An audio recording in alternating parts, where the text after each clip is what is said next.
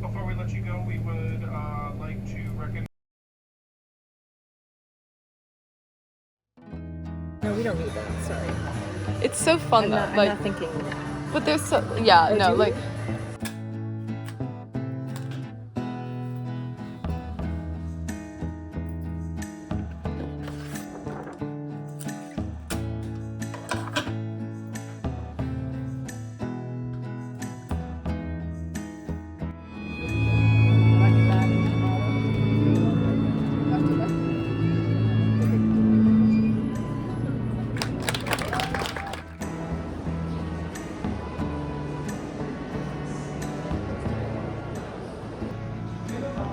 No, the sage. This is for the ashes.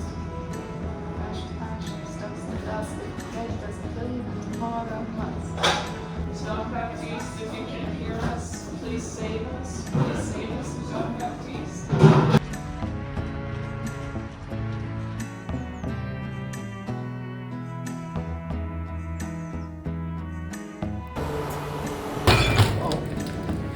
Hold up now. How do I find this out? Okay.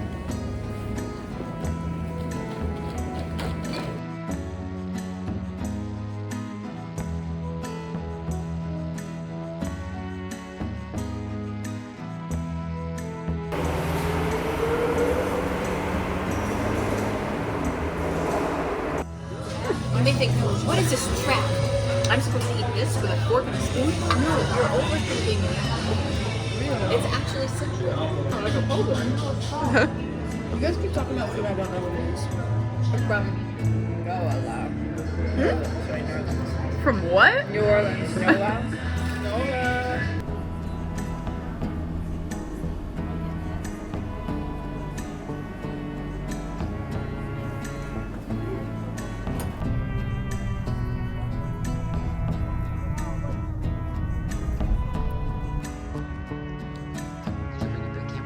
No.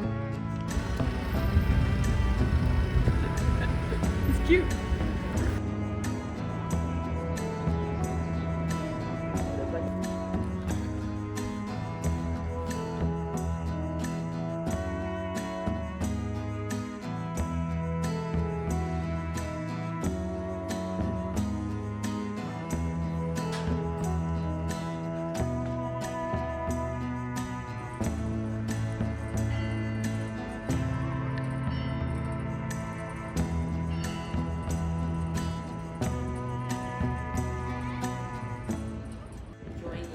First verse, then for the religious verses, I'll stop the harmony, The Harvey? and I'll pick up on the vocals.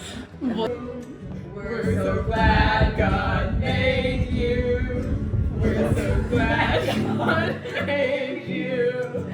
We're so glad God made you. Happy, happy birthday to you.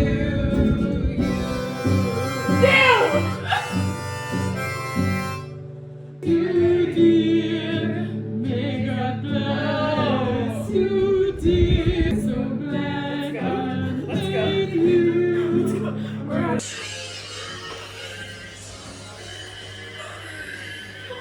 My dignity, but not my harmonica. I'm rereading one of my favorite books, Erin Morgenstern's The Starless Sea, and there's a quote in it that I can't stop thinking about. Zachary Ezra Rollins. I'm including his full name in here because it is iconic and I love it so much. He's the narrator of most of the story, and he's just been brought into this magical world that seems entirely unreal. It's like this fantastical land that is basically just every bookworm's wet dream, and he knows what he's experiencing. Like, he can feel it, he knows that he's experiencing it, but at the same time, how can any of it be real? But then somebody else shows up and he says, somebody else is in this place is actually here. And I don't know, something about that just like, I want to say caught my eye, but like I was reading it, so I don't know if that's really, I don't know if that expression really fits. But my first thought was that overused philosophy thought exercise thing, or like if a tree falls in the forest and nobody can hear it, then did it really fall? And I've always found that a little bit stupid because, of course, it fell. I mean, yeah, like, of course it did, but when you think about it in relation to anything, like, anytime somebody uses that phrase to talk about some other idea, it does start to have a bit of value, it does start to make sense. In any case, these felt like parallel ideas. Did the tree fall if nobody knows, and is a place real if we are the only one to experience it? But that begs the question, what is a place? What makes something a place? Is it more than just a space? I suppose it's the ideas and memories and emotions we associate with that place. And when we look at it that way, have any of us ever really experienced the same place? Because if we define a place by our experiences and no two people have the same two experiences, then there's no way these two people can truly share a place. There's this idea of sense of place, which I suppose comes from urban planning or sociology or something of the sort. And it's exactly what it sounds like. It's pretty much what I just determined place to mean.